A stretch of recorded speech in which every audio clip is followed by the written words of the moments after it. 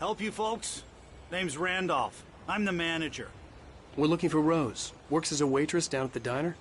Rose, sure. Nice girl. Who wants to know? I'm Alan Wake. The writer, huh? I heard on the radio you were visiting. Well, I'll show you her trailer. That Rose, she's a nice girl. Always pays her rent on time. As I was saying, Al, I found all sorts of weird stuff from the local newspaper's archives. This place is crazy! Disappearances, mysterious deaths, urban legends come true, and, get this, most of this stuff takes place around Cauldron Lake. Well, you ain't wrong, mister. The Indians thought the lake was a doorway to the underworld. I'm the God-fearing type myself. I don't hold with that sort of thing. Yeah, okay. Anyway, there was an island there owned by a guy called Thomas Zane. Now, some of the articles I found about him make him out to be a famous writer, but I ran a bunch of searches, couldn't find a single thing he wrote. Zane was heavily into diving, so much so that the place came to be called Diver's Isle. But the volcano under the lake erupted in 1970, and Zane went down with the island.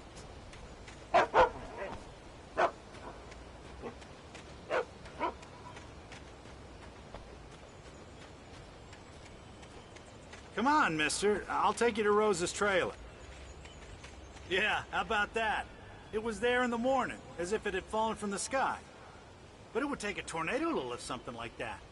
We're damn lucky it didn't crush any of the trailers. Just follow me. It's not far.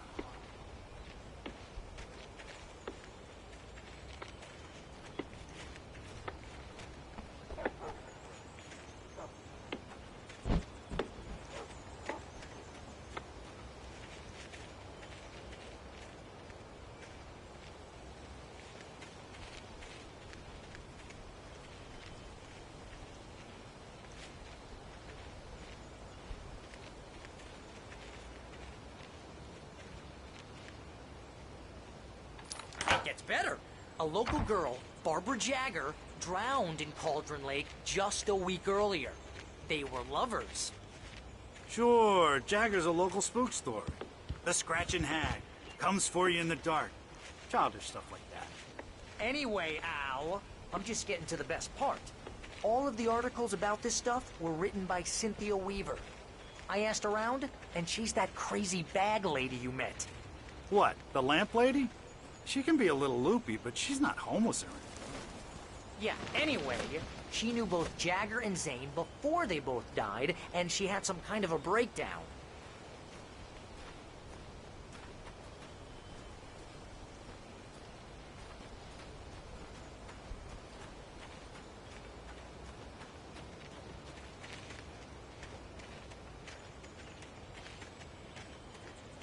Well, mister, this here's Rose's trailer. You mind me asking what you want with her? We're just here to talk to her, pal.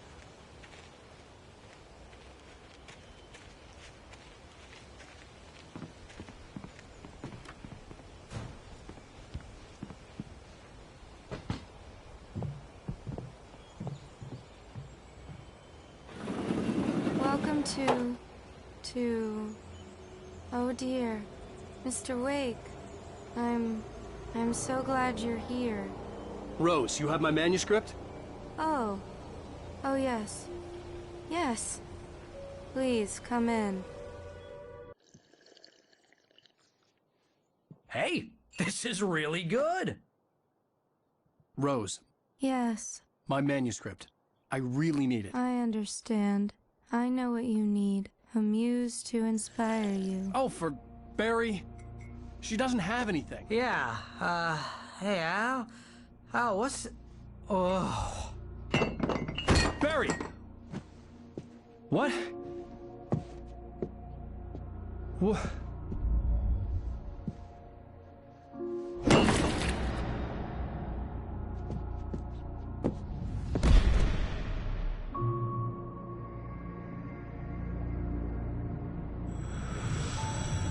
It's coming for you, hiding in my barber's skin. I'm too weak to stop it. You must turn the lights on.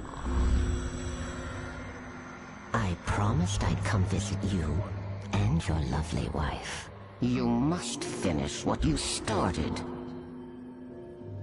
insist. You must turn the lights on. Turn the light on. Back to work, boy.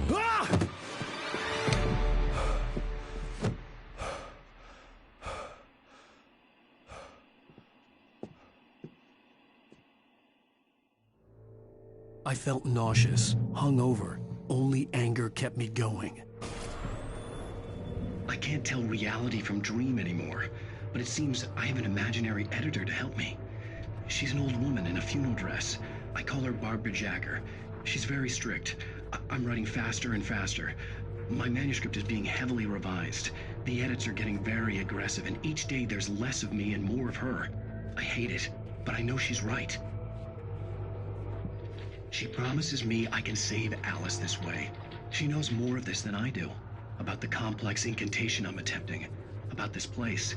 She's worked with another writer under similar circumstances, Thomas Zane. The genre of the story seems to be shifting. It's turning into a horror story. I'm getting close. I can feel it. Rose took a day from me. I had less than 12 hours left to meet the kidnapper. All I could do was get Barry into the car, work something out once I got on the road. Welcome to the Oh Dear Diner. What can I get you today? Coffee? I couldn't work up much hate for Rose. Something had used her to get to me and left its mark. First refill is free. Milk and sugar on the counter there. Would you like My gun and flashlight were gone. I'd have to find a way to get Barry into the car as quickly as possible. There was no time to waste. Mr. Randolph liked Rose.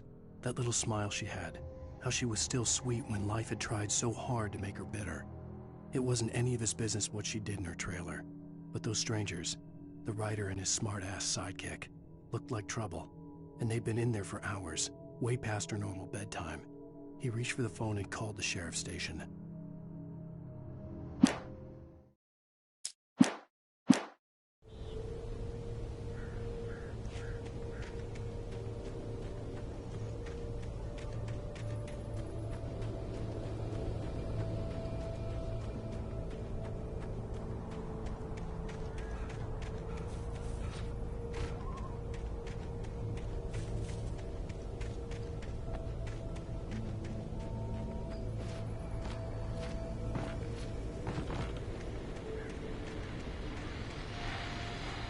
I just stepped outside to catch a breath of fresh air. Let me tell you, the weather's getting heavy.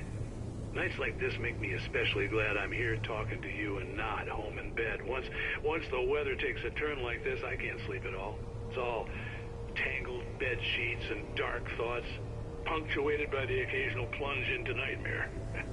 Is it just me? Well, perhaps it is.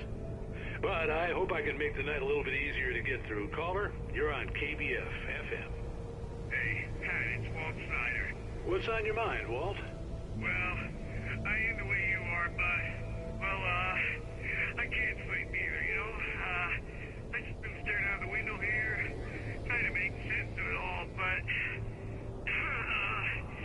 I ain't been drinking either, you know? Well, you sound like a man with a problem, Walt. I had argument with Danny. You know Danny, and, then I got in trouble with the law, you know, and, I'm just, well... I heard something like that, Walt. Yeah, well, you know, Danny's my best friend, and, they let me, bail today, and now I'm just alone here at the window, you know, waiting, man, and there's something in the air tonight, man. I was just outside looking up at the sky above our broadcast tower thinking the same thing. What are you waiting for, Walt? I don't know. You know, something's gonna happen. You know, I think I better go. Well, Walt, maybe... No, thanks, Pat. Well, good luck to you, Walt. Hang in there. Let's take a little break, folks. This weather's really something else, huh? How can I be sure you will walk away?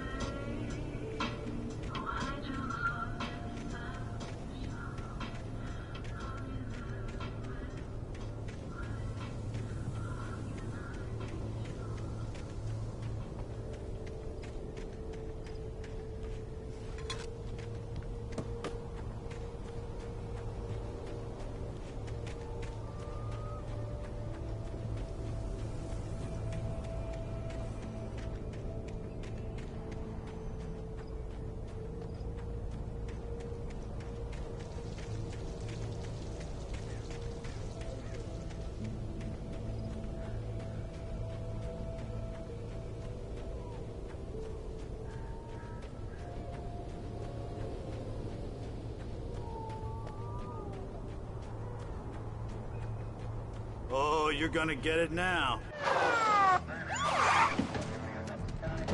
God knows what you've done to that poor girl. This is Agent Nightingale, FBI! Get him up, Hemingway! You're under arrest! You move a muscle, I'll unload right in your goddamn face! Stay right where you are, Spillane!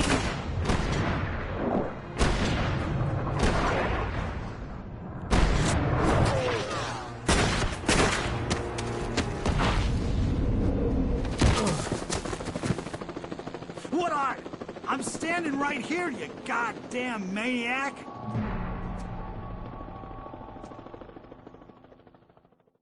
I hated to leave Barry behind, but there was no way I'd miss my appointment with the kidnapper.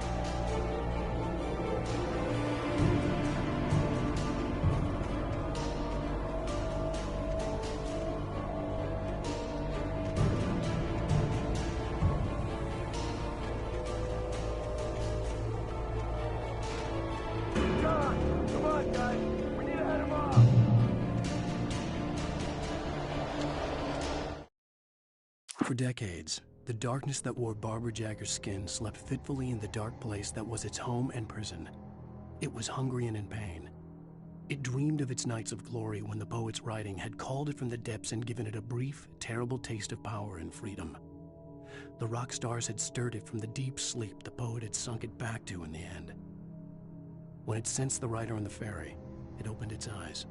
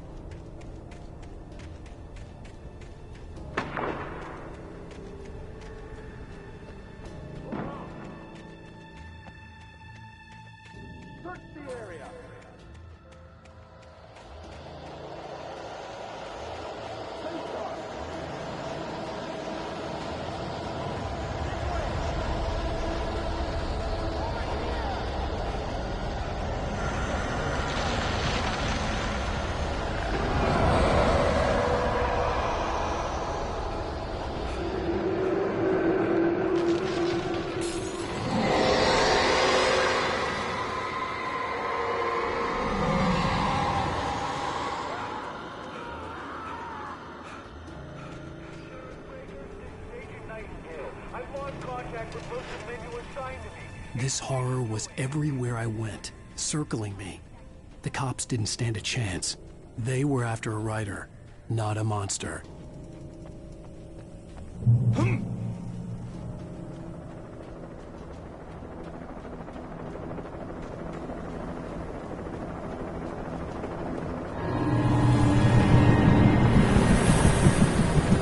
You on the ground. Hold it right there. There's nowhere to run.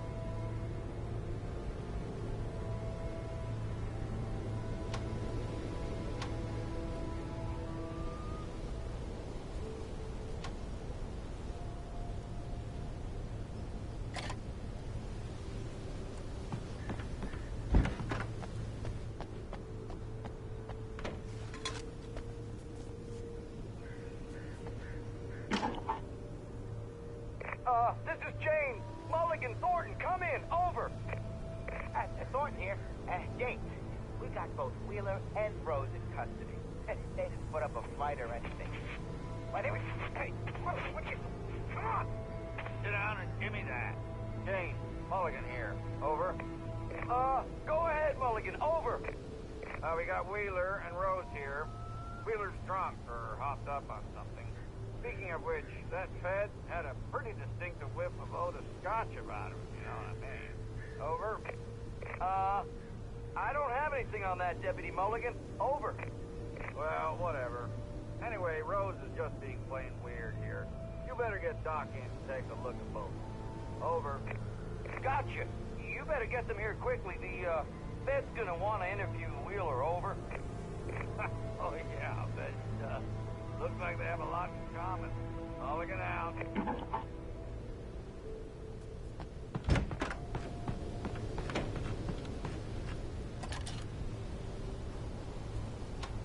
I could see the lights of the radio station in the distance.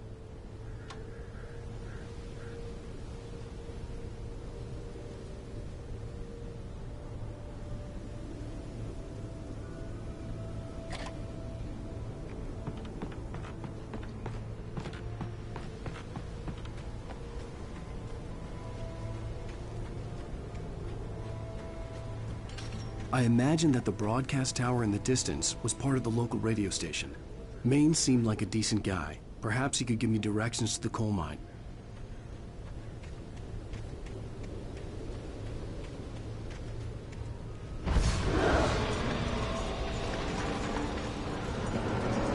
Unnatural shadows clung to the gate. The darkness that was after me was trying to stop me. I wouldn't get through without a light.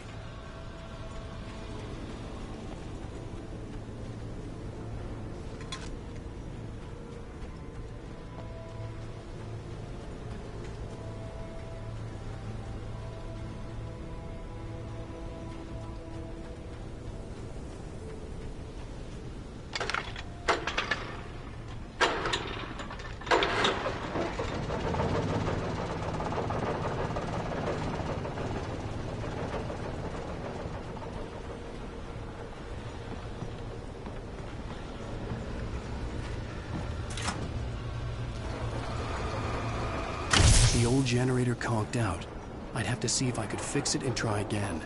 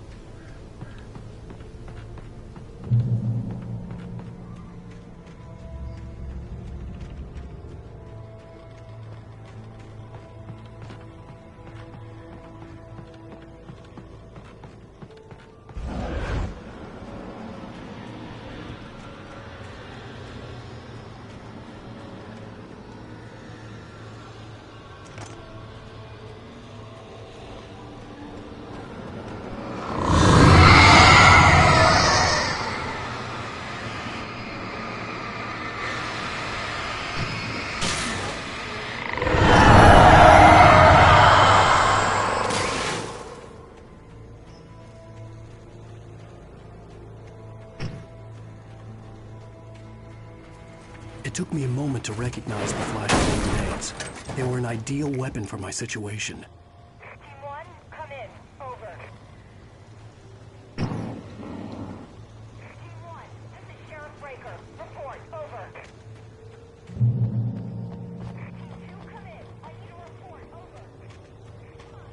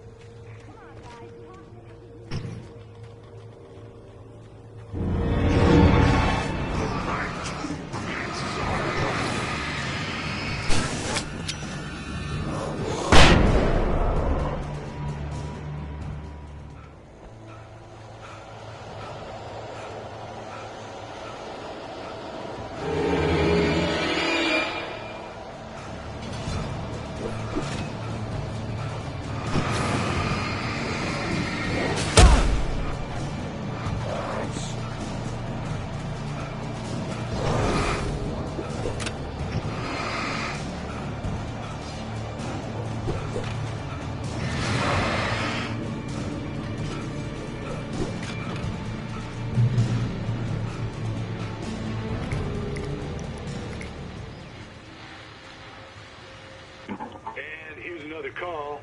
You're on KBF-FM with Pat Maine. It's Milt Peabody, Pat. What's on your mind, Milt? Well, I live near the trailer park, Pat, and there's a big ruckus going on over there. Well, that's just up the road from me, too. What's going on, do you know? I don't know, but there's a bunch of police cars there, lots of sirens, a helicopter buzzing around, and I think I heard some gunshots. Gunshots? Yes, sir, like from a pistol. So can you find out what's going on? Because it's just next door and they're popping off guns there. They're still shooting? No, it was maybe 10, 15 minutes ago. It sounds serious, Pat. I'm telling you, it don't sound like no party. Well, I'm certainly going to give the station a call, Milt. Okay. You'll hear it here as soon as I hear from them. Okay, thanks.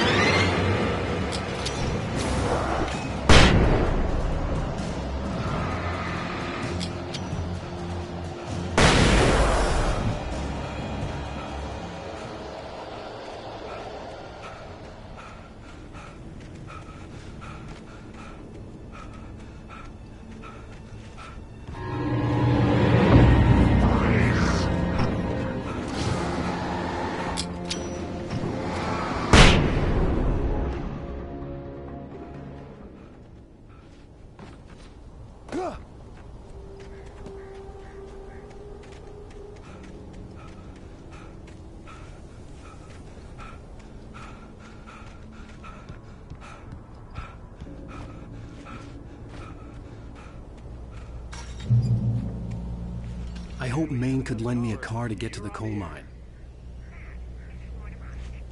Why, hello, Lorna. What do you have for us? Well, I just don't see why the cops bothered with the trailer park.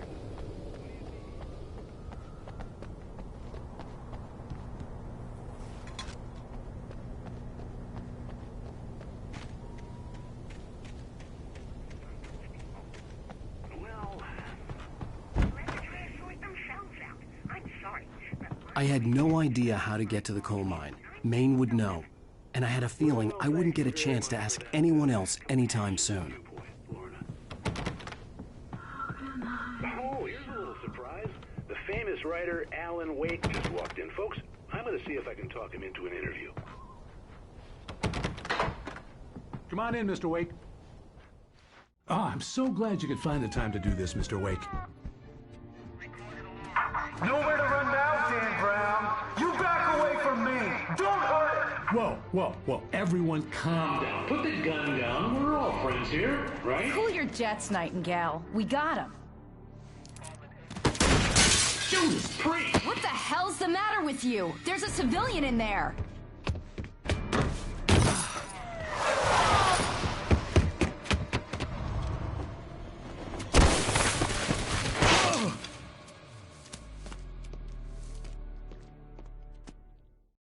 I'll get you yet, even if it kills me, you hear me? I had fallen off so many cliffs it was ridiculous. That's what you get for naming a book The Sudden Stop. It was probably good I hadn't had the chance to tell Maine where I was going. I'd have to lose the cops and find my own way to the mine. Nightingale stared through the broken studio window into the dark woods. He turned around, started to walk out, but Maine grabbed his arm. "Young man, you almost shot me. You don't shoot off rounds at people like that. What's the matter with you?" Nightingale shook his arm free, marched out. His cheeks burned with rage and humiliation.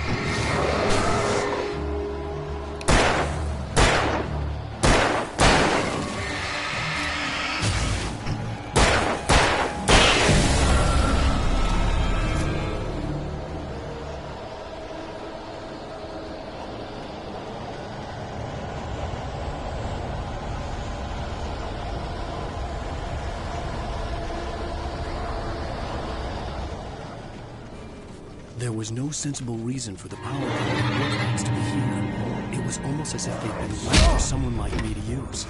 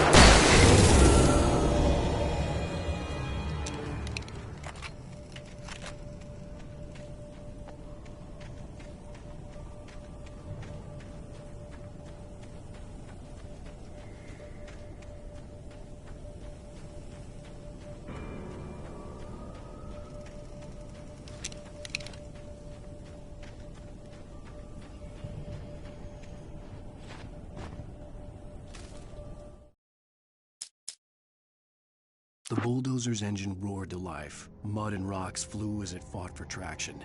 It crashed through the concrete wall and landed heavily in the yard. If it were an animal, it would have shaken its head after the impact, fixed its eyes on me, and charged.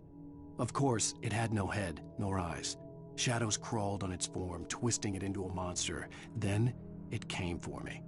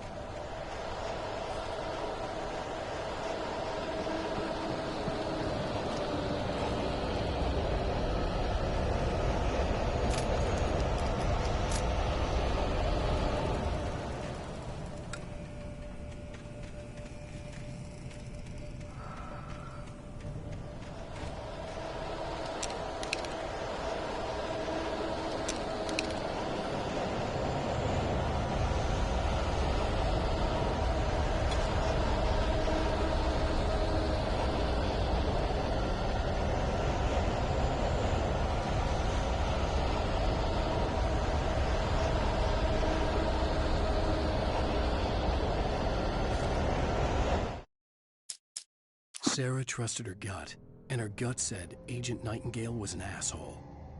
He felt wrong, and it wasn't just the smell of stale booze. It was in the way he flashed his badge, pulled rank, the look in his eyes when he wanted answers. Where was Alan Wake? What was this about an accident? Where was his wife? And most importantly, why did she let Wake go? He wouldn't answer her questions. Federal business was all he'd say.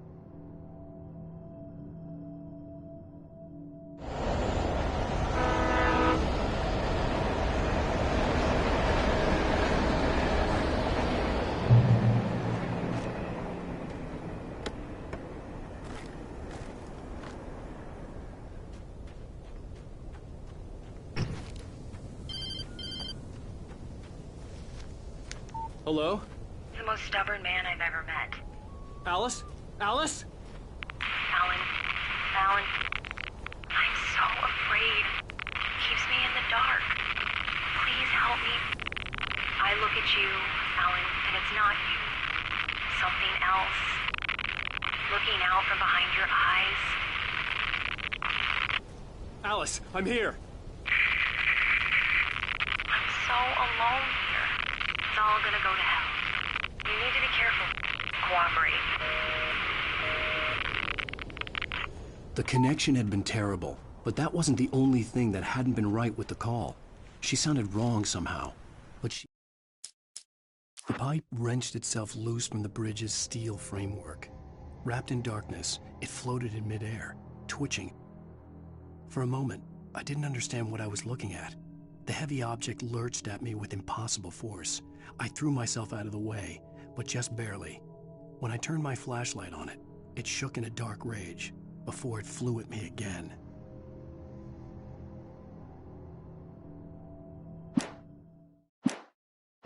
It called me. I could see a railway bridge up ahead and a warehouse of some sort on the opposite shore. I hoped I could find a car from there.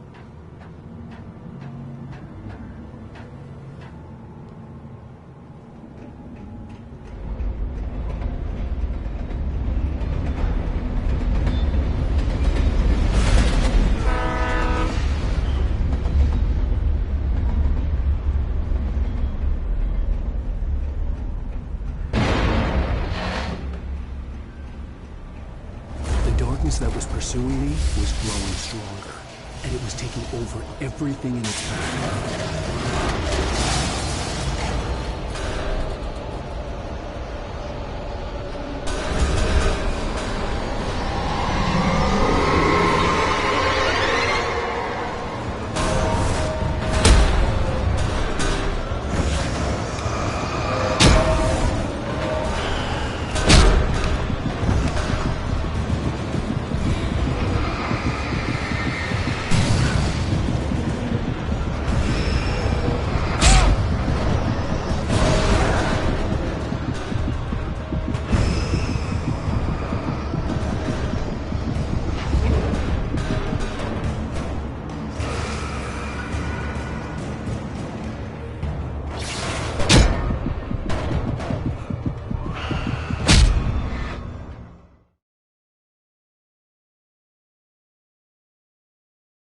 Sure.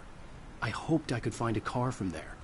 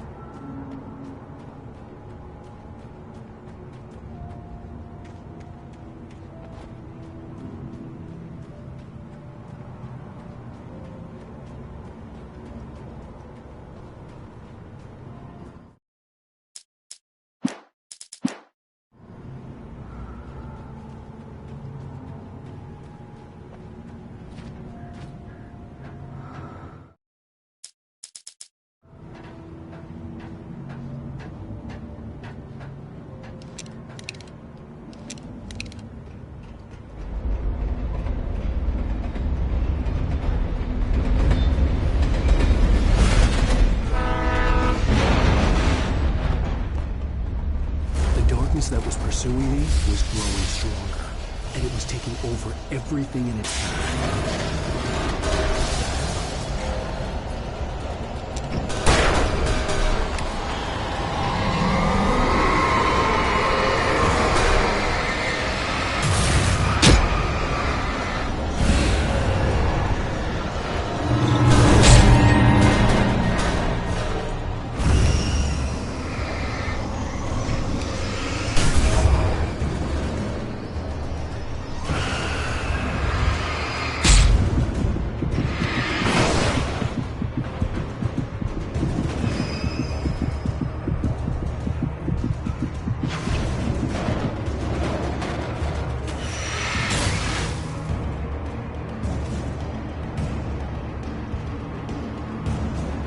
As a teenager, just starting to get interested in writing, Stephen King had been a source of inspiration to me.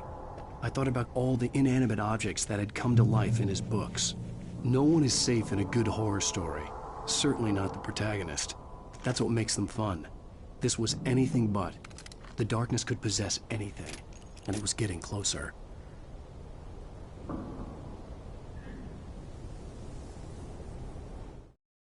I slammed the door shut right in his smug face.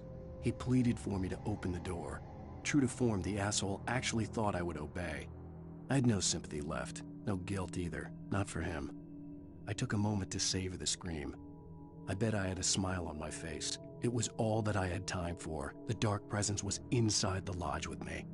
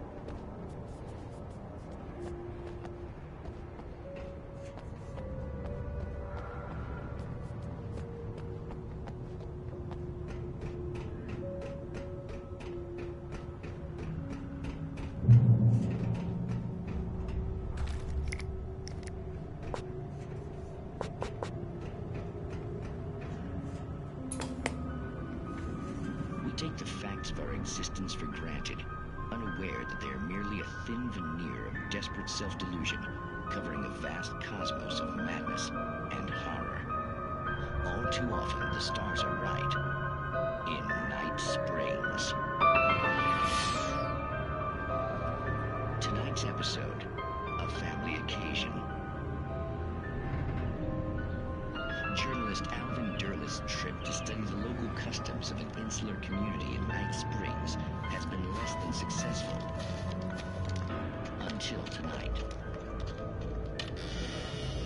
Well, I'm glad you changed your minds about this. Ancient customs, local mythology. My editor loves this kind of stuff. Well, Mr. Derlis, we don't want to feel like we're on exhibition. But you have demonstrated the seriousness of your intent. Oh, I am serious. Really, just do your thing. I'll stay out of your way and observe. Actually, I thought you could assist us. I'm afraid we are a man short. It would provide you with an intimate perspective. Could I really? Of course, Mr. Derlis. Well, I guess that's the least I... What would I have to do? Oh, here. Let me show you with a kiss.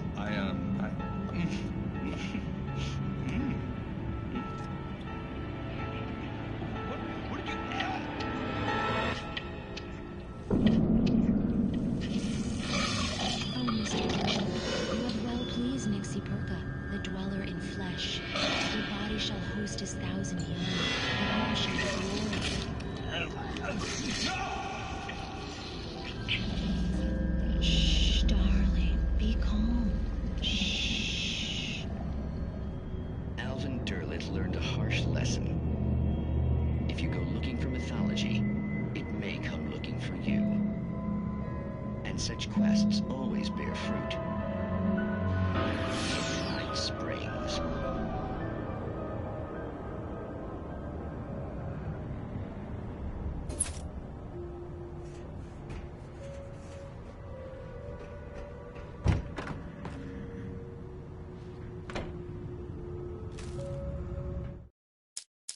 The darkness surged towards me, sucking everything loose from the ground into its depths, tugging at my clothes. I saw the flare the kidnapper had dropped and threw myself towards it just as I felt my feet leave the ground. The darkness embraced me with the force of a tornado. Somehow I managed to light the flare. The darkness roared and cast me away. I fell toward the dark waters of the lake far below.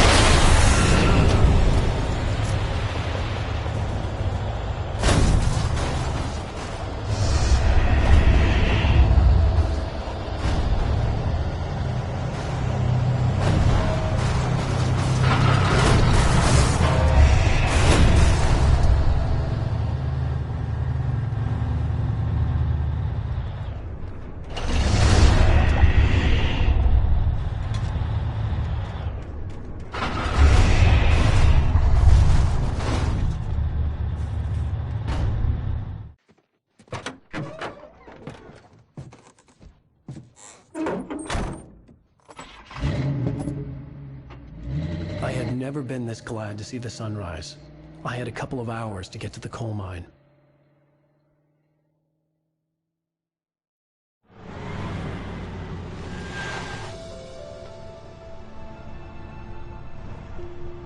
The coal mine wasn't far now.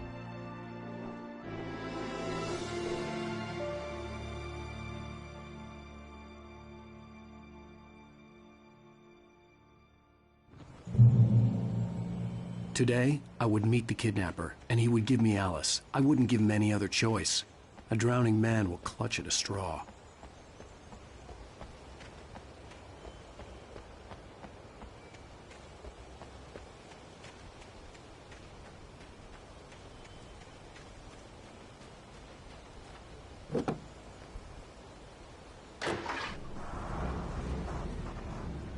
Little by little, without realizing it, I'd come to believe that the story in the manuscript was coming true. The current of its narrative had taken me deeper and deeper into dark waters. Alice had been taken from me. Barry was probably in jail. I was a fugitive from the FBI. The whole world taken over by the Dark Presence was trying to destroy me. It all felt real, but it matched a textbook case of insanity.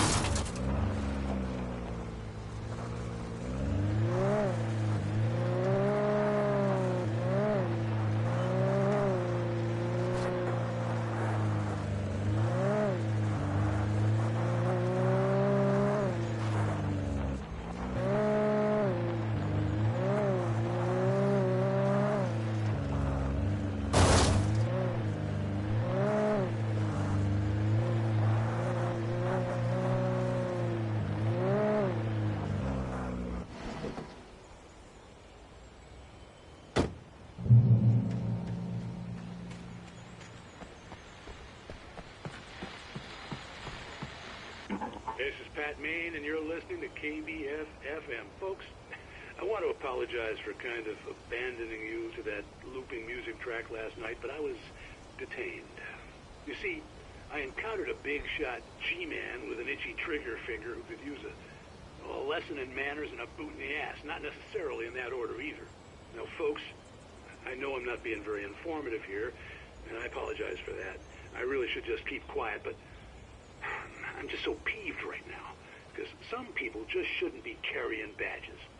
And I'm just glad that our Sheriff Breaker was there to straighten things out.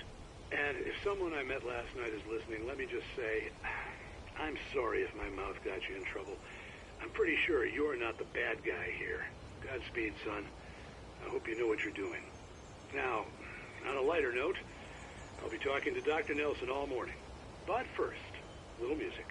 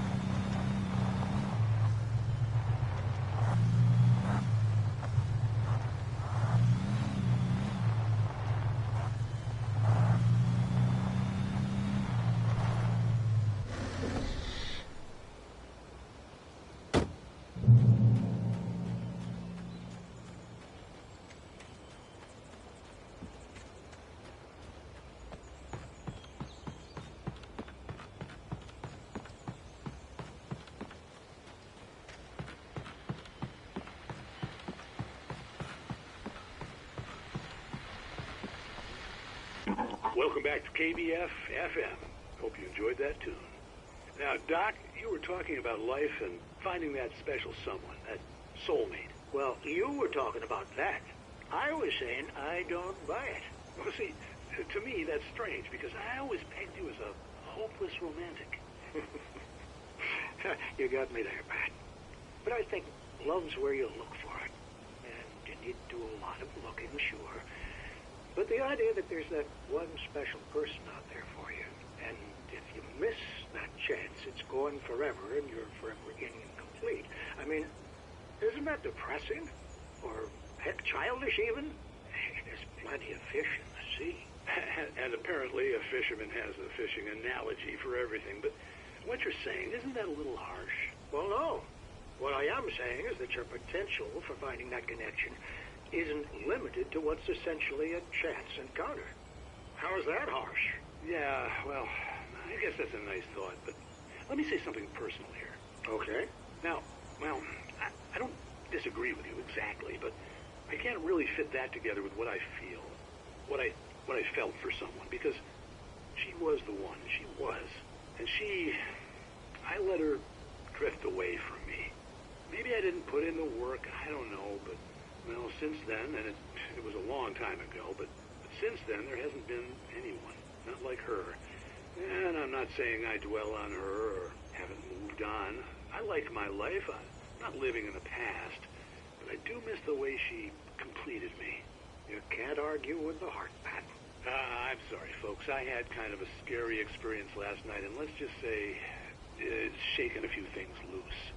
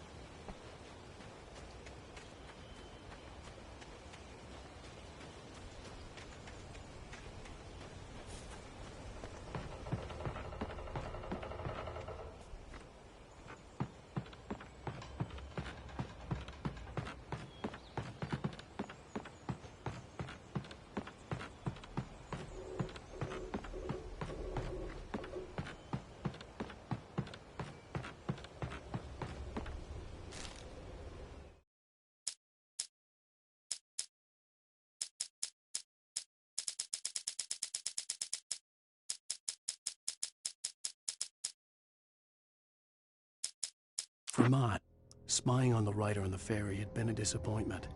His boss had made Wake out to be something special, but Mott hadn't been impressed. He'd gotten a good long look at the wife, though, and he liked what he saw.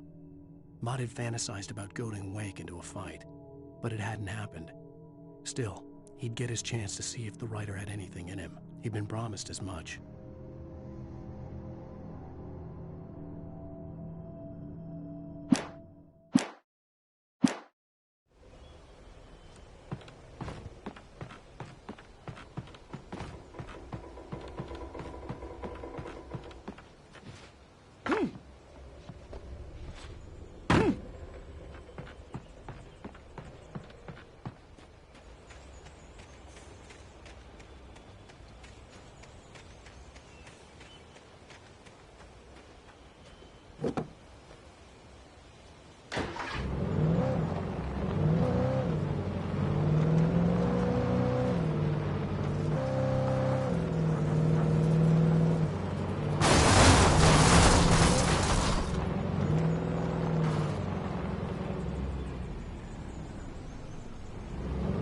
I was early. I was supposed to meet the kidnapper at noon in the main building. The coal mine was quiet. It was a museum now.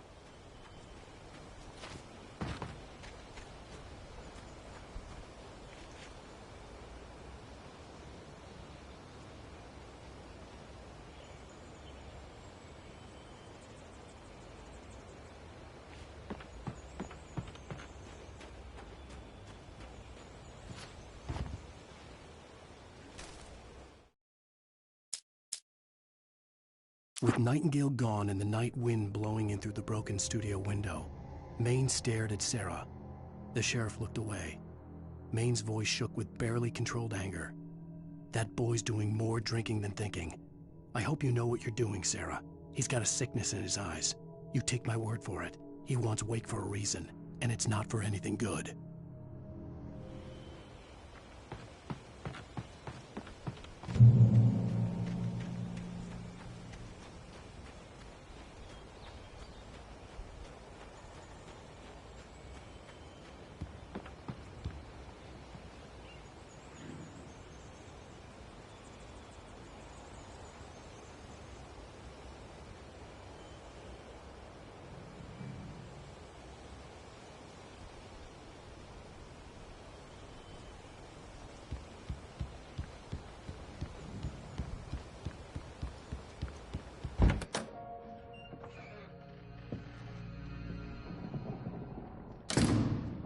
I didn't want to go outside.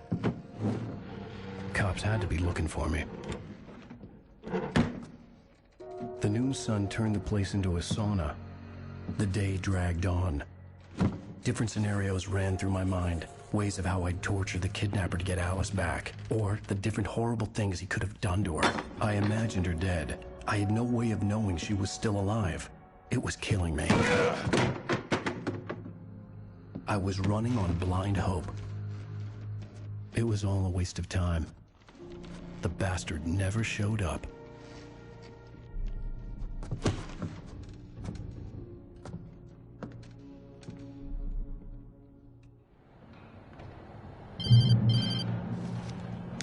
Wake! Where the hell are you? Change of plans. You know where Mirror Peak is? It's a big mountain north of where you are. You follow the path from the mine, you can't miss it. There's a lookout point there. I'll be waiting. I'm through being jerked around You by want you. to see your wife alive? Because if you do, you better watch what you say to me. Do we understand each other? I want to talk to Alice. Yeah, and I want the manuscript. Don't keep me waiting, Wake. Hello? Hello! Ah! I'm gonna kill him! I had to get to Mirror Peak.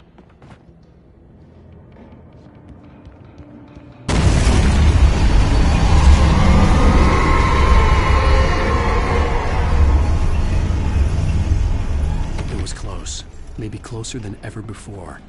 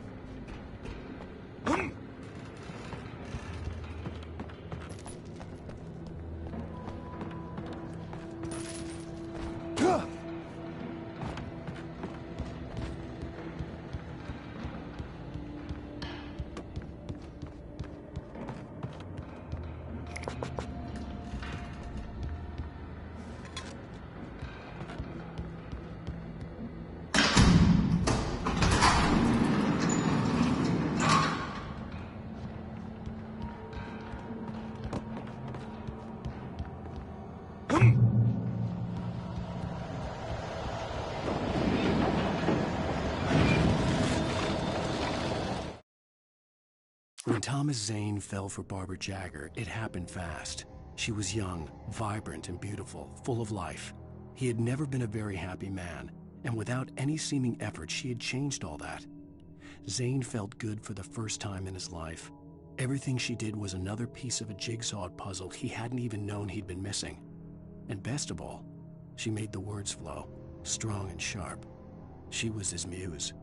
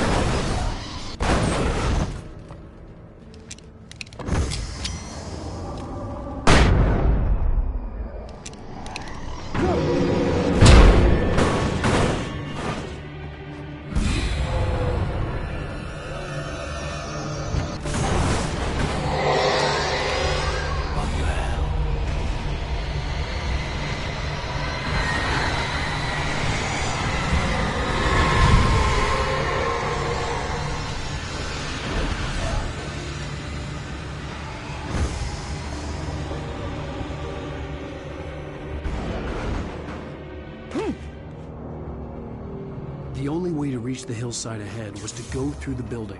I had to find a way to avoid electrocution.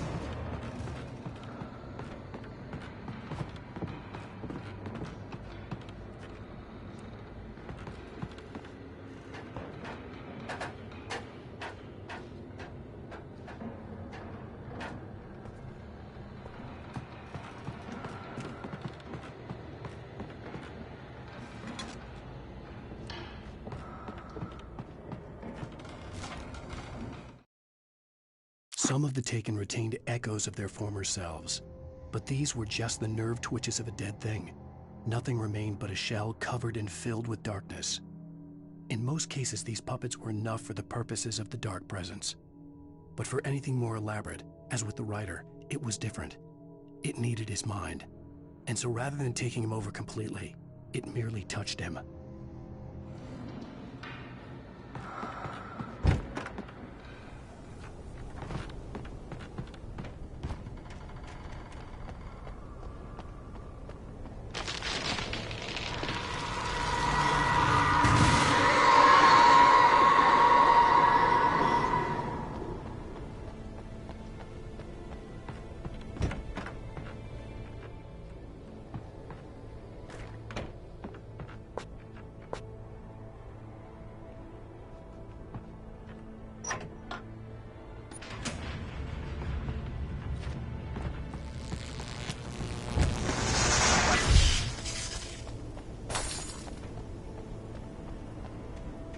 There was no way the flashbang grenades were Standard Power Company equipment.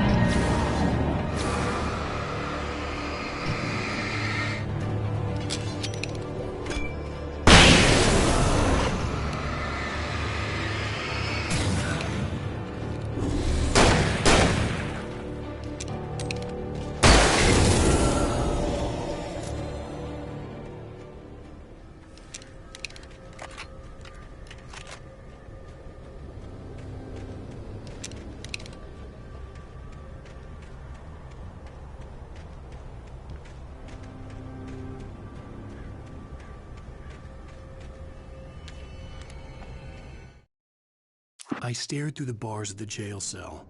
Barry stood behind me, swaying on his feet, looking as ill as I felt. Agent Nightingale stood on the other side of the bars with Sheriff Breaker.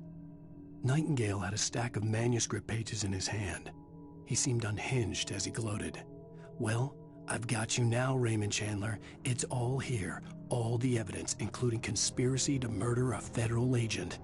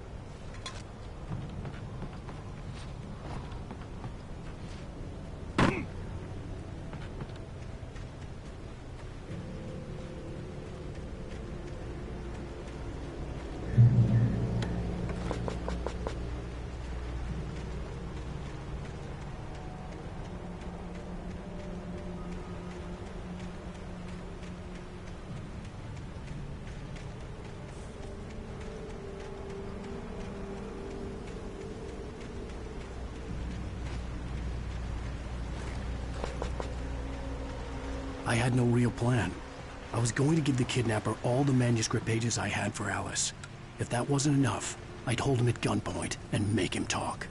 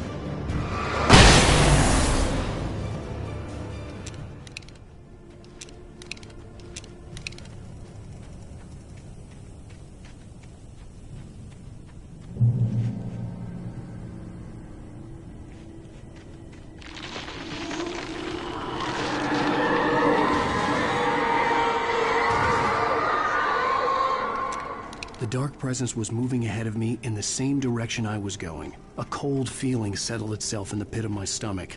Was it going for Alice?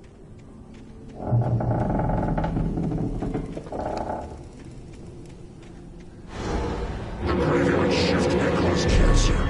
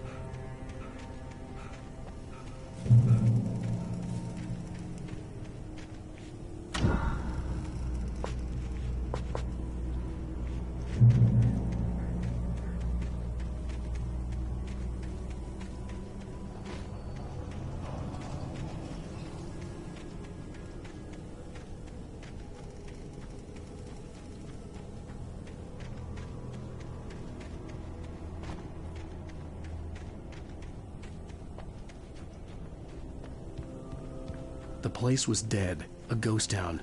Had been for decades, maybe a century.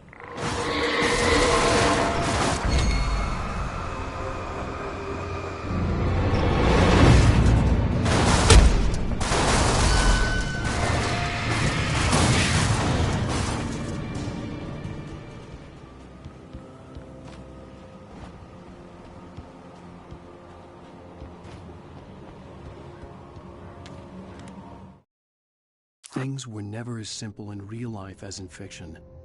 I had lost count of the times I had wished there'd be a clear reason for my writer's block. Something to fight, something to lash out on. There wasn't. I was filled with doubt. I was nothing like the hero in my books. Alex Casey had gone through his life with single-minded determination, never wavering from his goal. Even now, I was angry at myself, angry at Alice, angry at Barry. I was fumbling and I had no plan.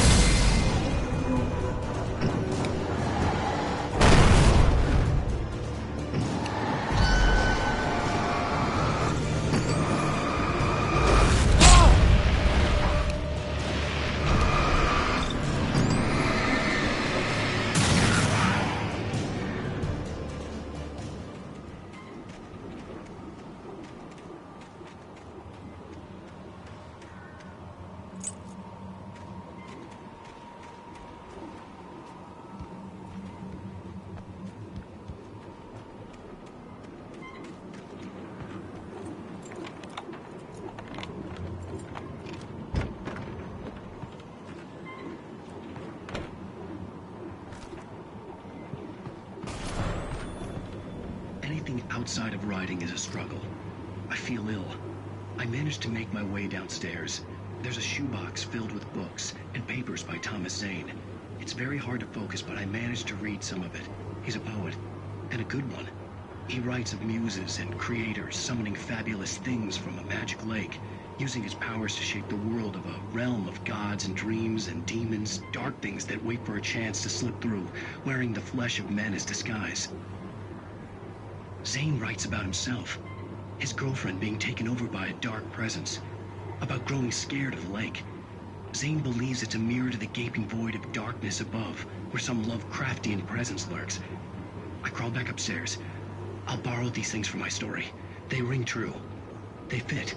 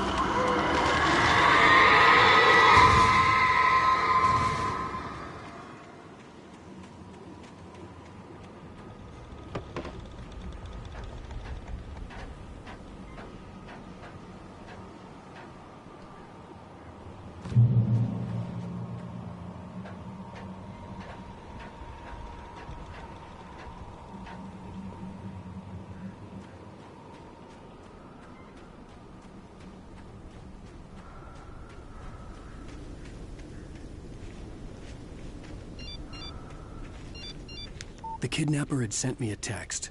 The message was full of spelling errors and insults. It was telling me to hurry up.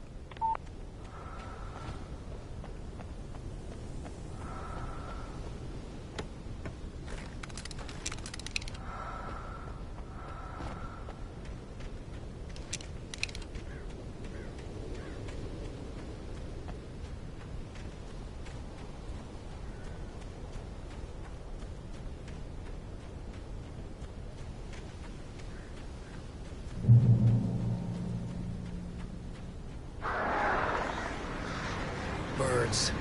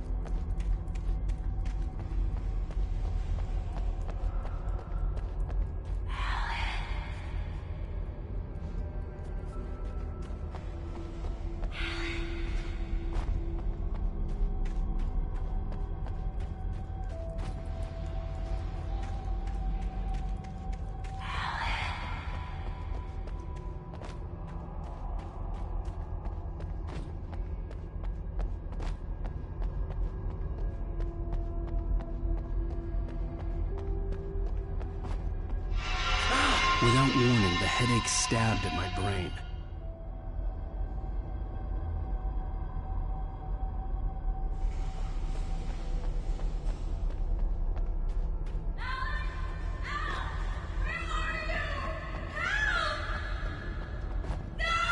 Alice?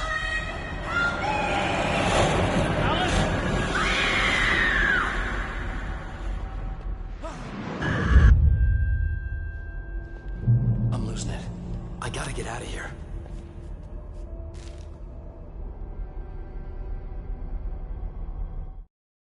The hunters were big, thick-set men, confident and at home in the woods. They were feeling good, running on beer, ghost stories, and camaraderie late into the night.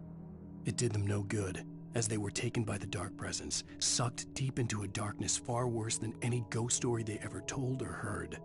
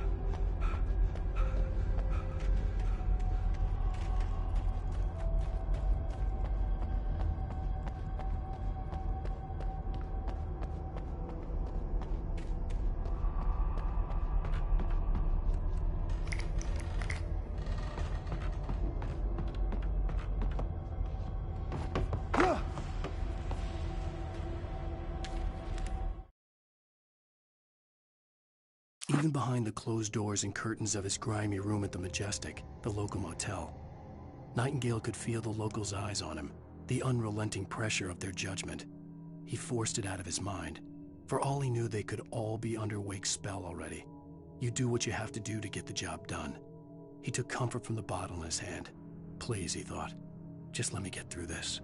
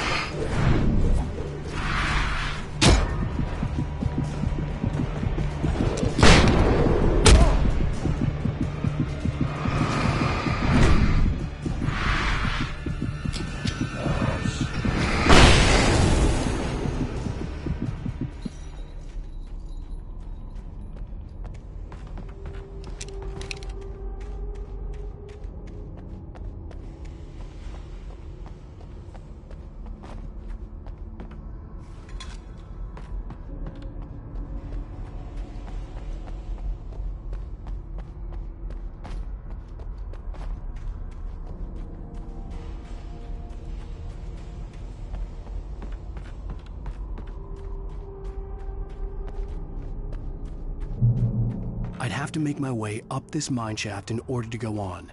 Maybe the machinery could help me with that.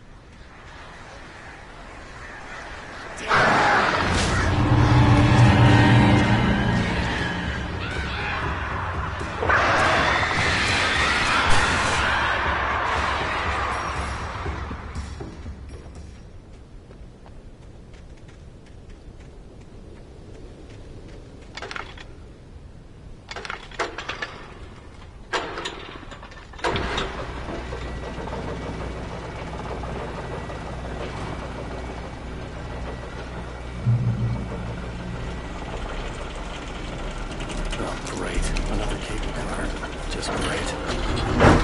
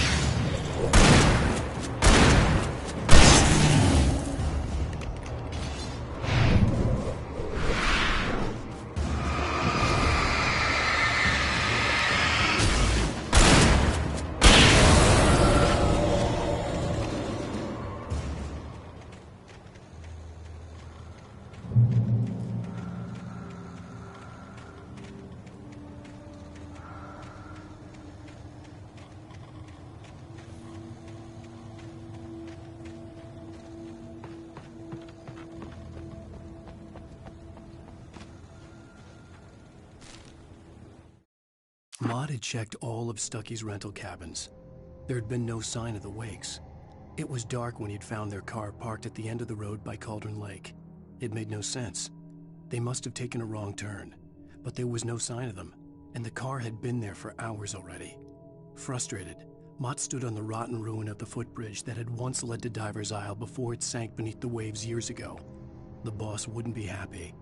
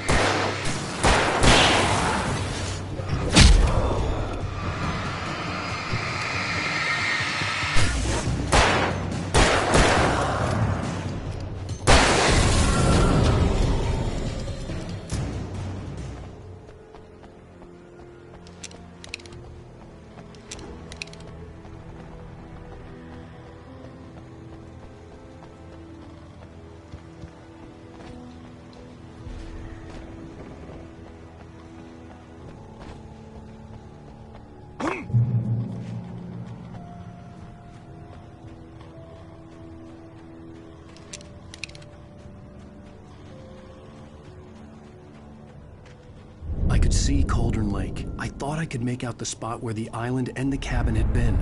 There was a light near it. It had to be a boat.